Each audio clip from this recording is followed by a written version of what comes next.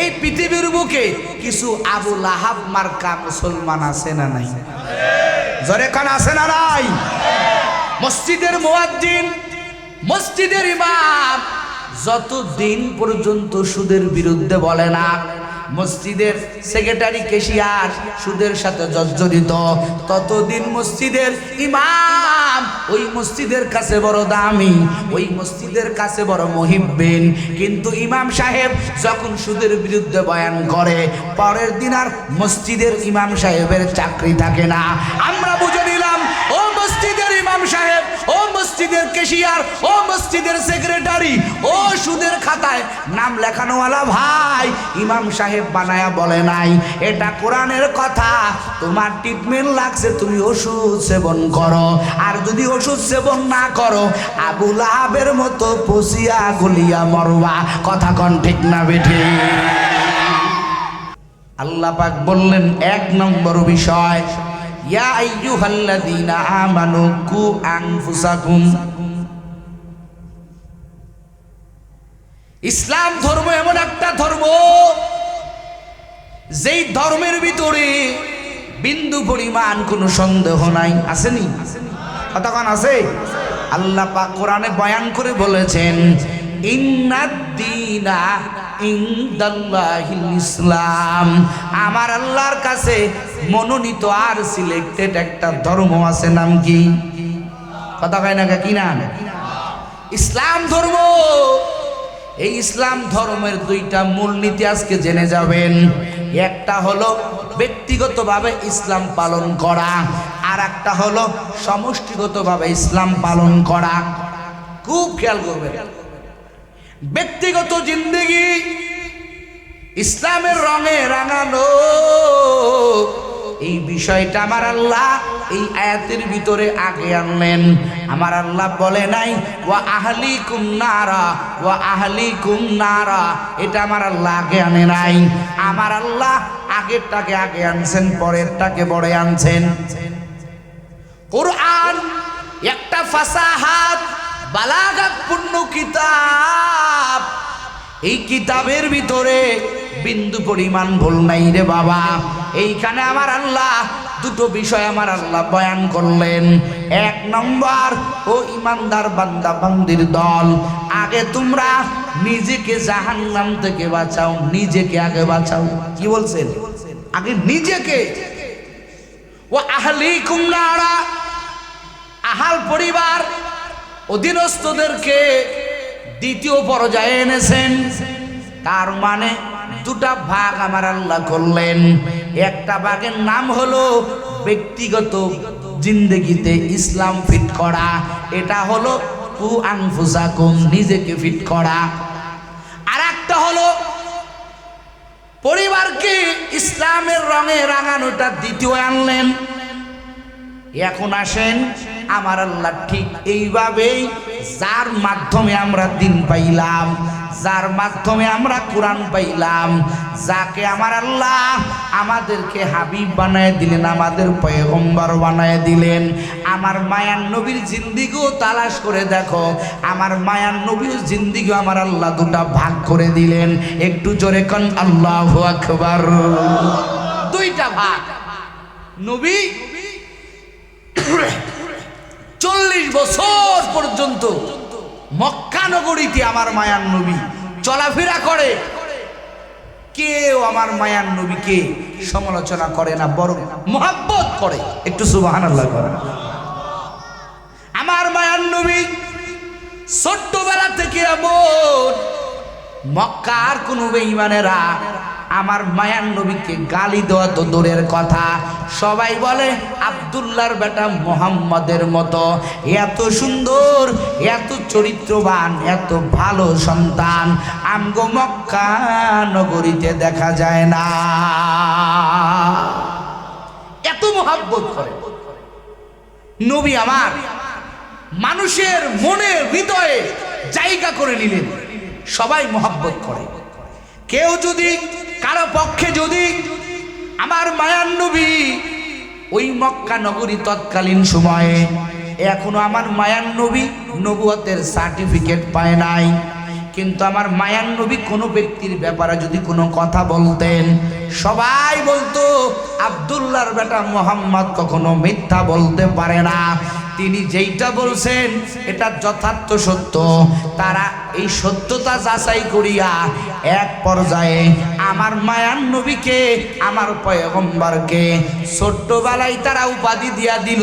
ওই মক্কার বেঈমানেরা, মক্কার ইহুদিরা, মক্কার অগ্নিপূজকেরা আমার মায়ার নবীর উপাধি দিয়া দিল আব্দুল্লাহর বেটা মুহাম্মদ হলো আল আমিন, কখনো মিথ্যা কথা বলে না। খেয়াল করেন জিন্দেগির প্রথম ধাপটা। 40 বছর আমার মায়ার নবীকে কেউ গালি দেয় না, বরং মোহাব্বত করে। আমার মায়ার নবী এত সুন্দর, সবার হৃদয়ের মাঝে আমার মায়ার নবী জায়গা করে নিলেন। খেয়াল করবেন, এখন এক সময় মক্কার ওই যে হজরে আসওয়াদ একটা পাথর আছে, জান্নাতি পাথর। হাজী সাহেব কেউ আছেন এখানে? দেখছেন না, জান্নাতি একটা পাথর, হজরে আসওয়াদ নামক পাথর। এটা কোথার পাথর? কোথাকার পাথর? জান্নাতি পাথর। যেই পাথরের এমন গুণ, আল্লাহর কোন বান্দা যদি পাথরে চুমা দেয়, পাথরে চুমা দিতে দেরি, ওই পাথরে আমার আল্লাহ এমন একটা পাওয়ার দান করেছেন। ওরে বান্দা, চুমা দিতে দেরি, বান্দা মাসুম বাচ্চার মতো বেগুনাহ হতে দেরি করে না। তো মক্কা নগরীর সমস্ত লোকেরা, এখন পর্যন্ত নবীর রেসালাতের দায়িত্ব আসে নাই, এখন এই পাথরটা এক জায়গা থেকে আর এক জায়গা সরানো হবে। খেয়াল করবেন, মায়ার নবী আমার তখন নবুয়তের দায়িত্ব পায় নাই। মক্কার বড় বড় লিডাররা বলে এই পাথর দামি পাথর, এই পাথরটা কে সরাইবেন? সবাই বুদ্ধি পরামর্শ করলো, আগামীকাল ফজরের বেলায় যে আল্লাহর বান্দা এই মসজিদে বাইতুল্লাহ যে বান্দা আগে আসবে, এই বান্দা এই পাথরটা সরাইবে। সবাই বড় বড় গোত্রের লোকেরা বুদ্ধি পরামর্শ করে যার যার মতো বাড়ি চলে গেল। এখন আমার মায়ার নবী কুরাইশ বংশ, আমার আল্লাহ চান না বেঈমানের এই পাথরটা ধরুক। সব বেঈমানেরা বুদ্ধি পরামর্শ করে বাড়ি চলে গেল, সবাই যাইয়া ঘুমাইয়া গেল। এমন ঘুম, একজনের ঘুম ভাঙে নাই ফজরের বেলায়, কিন্তু আমার মায়ার নবীর আমার আল্লাহ ঘুম ভাঙাইয়া দিয়া আমার পয়গম্বর পরের দিন সকালবেলা সব গোত্রের লোকের চাইতেও আমার পয়গম্বর সবার আগে আমার মায়ার নবী ওই হজরে আসওয়াদের কিনারায় চলে গেল। সব মক্কার বেঈমানেরা আসছে, হায় রে। এখন আয়েশা এমন একটা লোককে দেখলো পাথরের কিনারায় দাঁড়ায় আছে। একটা মক্কার বেঈমানেরা কয় না যে এই লোকটা কেন আসলো, সবার মুখে একই শব্দ, না এমন একটা লোক এইখানে আসছে যার প্রতি আমরা বেজার না, তার প্রতি আমরা খুশি। আব্দুল্লাহর বেটা মুহাম্মদের মতো একটা সন্তান যে কখনো মিথ্যা বলে না, যার কোনো কেলেম নাই, এমন একটা সন্তান আল্লাহ রাব্বুল আলামিন এই পাথরের কিনারায় পৌঁছায় দিয়েছে। জোরে কোন সুবহানাল্লাহ। কেউ অপছন্দ করে না, সবাই মোহাব্বত করে। এখন আমার মায়ার নবী মানুষের মাঝে মোহাব্বত প্রেম কতটা অর্জন করেছেন এবং কেমন চরিত্র। আমার মায়ার নবী একা একা পাথরটা সরাইলেন না, একটা জিনিস বোঝানোর জন্য বলতেছি। মায়ার নবী আমার একটা চাদর বিছাইলেন। কি বিছাইলেন? একটা চাদর বিছাইলেন। এই চাদর বিছাইয়া আমার পয়গম্বর ওই জান্নাতি পাথরটা আমার মায়ার নবী ওই চাদর মোবারকের উপরে রাখলেন। চাদর মোবারকের উপর রাখিয়া ওই চাদরের 4টা কর্নার আছে না নাই? কথা কয় আছে না নাই? ওই গোত্র বড় বড় তৎকালীন সময়ে চারটা বড় বড় গোত্রের মূল লিডারদেরকে আমার পয়গম্বর ওই চাদরের চার কোনা ধরিয়া, আমার মায়ার নবীও ধরিয়া, সবাই মিলে আমার পয়গম্বর সবাইকে সাথে নিয়া ওই জান্নাতি পাথর সরাইলেন। জোরে কোন সুবহানাল্লাহ। টোটাল কথা হলো নবী 40 বছর পর্যন্ত মক্কার প্রত্যেকটা মানুষের হৃদয়ের জায়গা করে নিলেন। এখন আসেন নবুয়াত পাওয়ার পরে 40 থেকে নিয়ে 63 বছর পর্যন্ত কত জীবন, কত বছরের? 23 বছরের জীবন।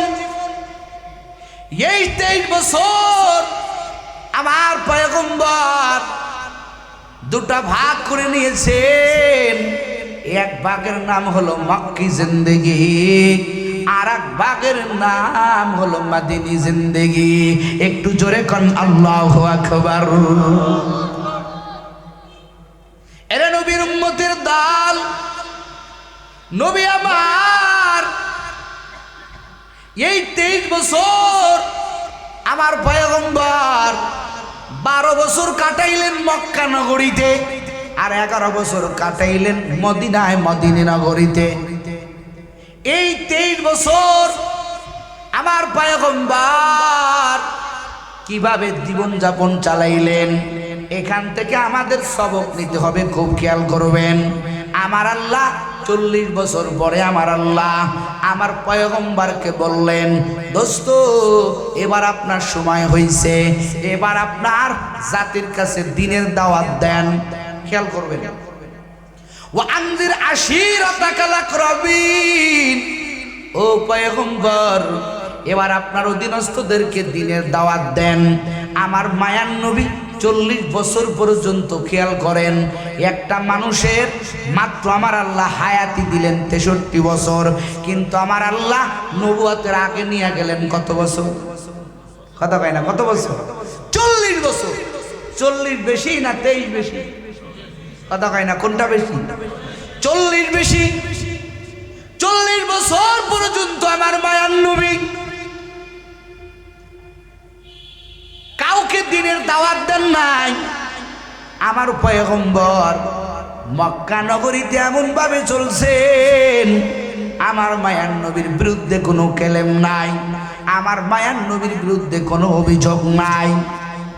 40 বছর ধরে আমার পয়গম্বরকে আমার আল্লাহ এমন করে সাজাইলেন রে বাবা, যে মায়ার নবীকে একটা বেঈমান পর্যন্ত মিথ্যা বলতে পারে না। আমার মায়ার নবীকে রিসালাতের দায়িত্ব দেওয়ার পরে আল্লাহ পাক যখন বললেন, দোস্ত এবার আপনি দ্বীনের দাওয়াতের কাজ চালায় দেন, আল্লাহ পাকের পক্ষ থেকে যখন আদেশ আসলো, আমার মায়ার নবী ওই সাফা পাহাড়ে উঠিয়া পয়গম্বর বললেন, ইয়া সবাহা, সব গোত্রের লোকদের ডাক দিলেন, হে আমার বন্ধুগণ, আমি যদি তোমাদেরকে একটা খবর দেই তোমরা কি বিশ্বাস করবানি? খেয়াল করবেন। মনে করো পাহাড়ের অপর দেশে এক সৈন্যবাহিনী তোমাদের উপরে আক্রমণ করবে, আমি যদি তোমাদের খবর দেই তোমরা কি বিশ্বাস করবানি? সমস্ত মক্কার লোকেরা এক বাক্যে বলে, আব্দুল্লাহর বেটা মুহাম্মদ, তোমার কথা কোনোদিন আমরা মিথ্যা মনে করি নাই, কোনোদিন তোমার কথা ফেলাইয়া দিই নাই, তুমি যেইটা বলবা ওইটা সত্য কথা, ওটা আমরা মেনে নিব। এবার আমার পয়গম্বর কয়, ও আমার গোত্রের লোকেরা, আমি তোমাদেরকে একটা দাওয়াত দিচ্ছি, ও গোত্রের লোকেরা, এতদিন তোমরা যেই চন্দ্র পূজা করেছ, এতদিন যেই মূর্তি পূজা করেছ, এতদিন যেই কাজ পূজা করেছ, এগুলো তোমাদের রব হতে পারে না। তোমাদের রব একজন আছেন, তিনি আমার আল্লাহ। জোরে কার আল্লাহু আকবার। তিনি আমার আল্লাহ। ওই আল্লাহকে রব বলে মেনে নাও, আল্লাহকে খোদা বলে মেনে নাও, আর আমাকে পয়গম্বর হিসেবে মেনে নাও আর বলে নাও লা ইলাহা ইল্লাল্লাহু মুহাম্মাদুর রাসূলুল্লাহ। নবী আমার কয় ইয়া সাবাহা কুলু লা ইলাহা ইল্লাল্লাহ তুফলিহুন, তোমরা পড়ে নাও আল্লাহ ছাড়া কোনো মাবুদ নাই, আমি নবী তোমাদের কাছে আসছি, আমার আল্লাহ আমাকে তোমাদের কাছে পাঠাইছেন নবী হিসেবে মেনে নাও, আল্লাহ তোমাদের জন্য চিরস্থায়ী জান্নাতের ব্যবস্থা করে রাখছেন। যেই গোত্রের লোকেরা এতদিন পর্যন্ত আব্দুল্লাহর বেটা মুহাম্মদকে কলিজা দিয়া মোহাব্বত করছে, তারা আজকে কয় আবু লাহাব, আবু জেহেল সবাই কয় আব্দুল্লাহর বেটা মুহাম্মদ তোমার এতদিন ভালো জানছিলাম, এখন দেখি তোমার মতো খারাপ কেউ নাই। নাউজুবিল্লাহ। কোন আবু লাহাব কয় তাব্বাল্লাকা ইয়া মুহাম্মদ। নাউজুবিল্লাহ। জোরে কোন, আরো জোরে কোন। এ আব্দুল্লাহর বেটা মুহাম্মদ তুই ধ্বংস হয়ে যা, এতদিন ধরে বড় মোহাব্বত করছিলাম। এই আবু লাহাব আমার নবীর জন্মের সুসংবাদ পাইয়া তার একটা দাসী পর্যন্ত আজাদ করে দিয়েছিল। ও নবীর উম্মতেরা, নবীর জন্মে আবু লাহাব খুশি হইয়া, আবু লাহাব নবীর জন্মে খুশি হইয়া নিজের একটা দাসী পর্যন্ত আজাদ করে দিল। কিন্তু এই একই আবু লাহাব যখন ওই নবী দাওয়াত দেয়, কালেমার দাওয়াত দেয়, আল্লাহ পাকের তাওহীদের দাওয়াত দেয়, এই আবু লাহাব এখন নবীরে বলে তুই ধ্বংস হ। এই পৃথিবীর বুকে কিছু আবু লাহাব মার্কা মুসলমান আছে না নাই? জোরে কান আছে না নাই? মসজিদের মুয়াজ্জিন, মসজিদের ইমাম যতদিন পর্যন্ত সুদের বিরুদ্ধে বলে না, মসজিদের সেক্রেটারি কেশিয়ার সুদের সাথে জর্জরিত, ততদিন মসজিদের ইমাম ওই মসজিদের কাছে বড় দামি, ওই মসজিদের কাছে বড় মুহিব্বিন। কিন্তু ইমাম সাহেব যখন সুদের বিরুদ্ধে বয়ান করে, পরের দিন আর মসজিদের ইমাম সাহেবের চাকরি থাকে না। আমরা বুঝে নিলাম ও মসজিদের ইমাম সাহেব, ও মসজিদের কেশিয়ার, ও মসজিদের সেক্রেটারি, ও সুদের খাতায় নাম লেখানোওয়ালা ভাই, ইমাম সাহেব বানায়া বলে নাই, এটা কোরআনের কথা। তোমার ট্রিটমেন্ট লাগছে, তুমি ওষুধ সেবন করো, আর যদি ওষুধ সেবন না করো আবু লাহাবের মতো পচিয়া গলিয়া মরবা। কথা কোন ঠিক না বেঠি? হক কথা বললে তুমি ইমাম সাহেবের উপরে চটে যাবা, এটা নবীর আদর্শ হতে পারে না। কথা কোন ঠিক না বেঠি? নবী 40 বছর পর্যন্ত আবু জেহেল ভালোবাসে, আবু লাহাব ভালোবাসে, কিন্তু যখন নবী কয় আল্লাহর মেনে নাও, আমাকে নবী হিসেবে মেনে নাও, তখন থেকে মোহাম্মদ ভালো না, মোহাম্মদ জাদুকর, মোহাম্মদ পাগল। এই জমিনের ভিতরে কিছু আবু জেহেল, কিছু আবু লাহাবের বংশধর আছে, ততদিন পর্যন্ত মসজিদের ইমামের বিরুদ্ধে আঙ্গুল উঠায় না, যতদিন পর্যন্ত মসজিদের ইমাম সুদের বিরুদ্ধে কথা কয় না, মসজিদের ইমাম ঘুষের বিরুদ্ধে কথা কয় না, মসজিদের ইমাম ইয়াবার বিরুদ্ধে কথা কয় না, মসজিদের ইমাম তাসের বিরুদ্ধে কথা কয় না, জুয়ার বিরুদ্ধে কথা কয় না, ততদিন পর্যন্ত মসজিদের ইমাম ভালো। কথা কন ঠিক না? সুতরাং তোমার একটা দোষের উপরে কোরআন হাদিস যেটা বলছে ইমাম সাহেব বানায়া বলে না, তোমার যদি বুঝে থাকো যে আসলেই এটা আমার জন্য আল্লাহ তাআলা বলছেন, ইমামের বানানো কথা না, নিজে সংশোধন হয়ে যাও। না হলে দুনিয়ার গাদ্দারি, দুনিয়ার ক্ষমতা দুনিয়ায় টিকবে, আখেরাতে তোমার ক্ষমতা টিকবে না। কথা কোন ঠিক না? এই জমিনের ভিতরে উলামায়ে কেরাম কখন শিকলবদ্ধ হয়, কখন কারাবদ্ধ হয়, যখন কোনো মানুষের দোষ উন্মোচন হয়ে যায়, একজন ইমামের কথার দ্বারা, একজন বক্তার কথার দ্বারা, একজন দায়ীর কথার দ্বারা মনে করে দুনিয়ার সামান্য জিনজির, দুনিয়ার সামান্য কয়েকখানা, দুনিয়ার সামান্য লাঞ্ছিত দিয়ে একজন আলেমের মুখ বন্ধ করে দিব। কথা কোন ঠিক না? কিন্তু না, একজন ইমাম, একজন আলেম, একজন ভালো ব্যক্তির কথা দুনিয়ার মানুষ, দুনিয়ার ভয় দেখায় বন্ধ করতে পারবা না, কারণ এই দিন জিন্দা করবেন কে? আরো জোরে বলেন কে? সুতরাং ওই টেনশন আমরা করি না, কথা কন ঠিক না বেটি? দিনের কথা চলছে, চলবে যত দিন এ দেহে প্রাণ আছে, কথা বলেন ঠিক না বেটি?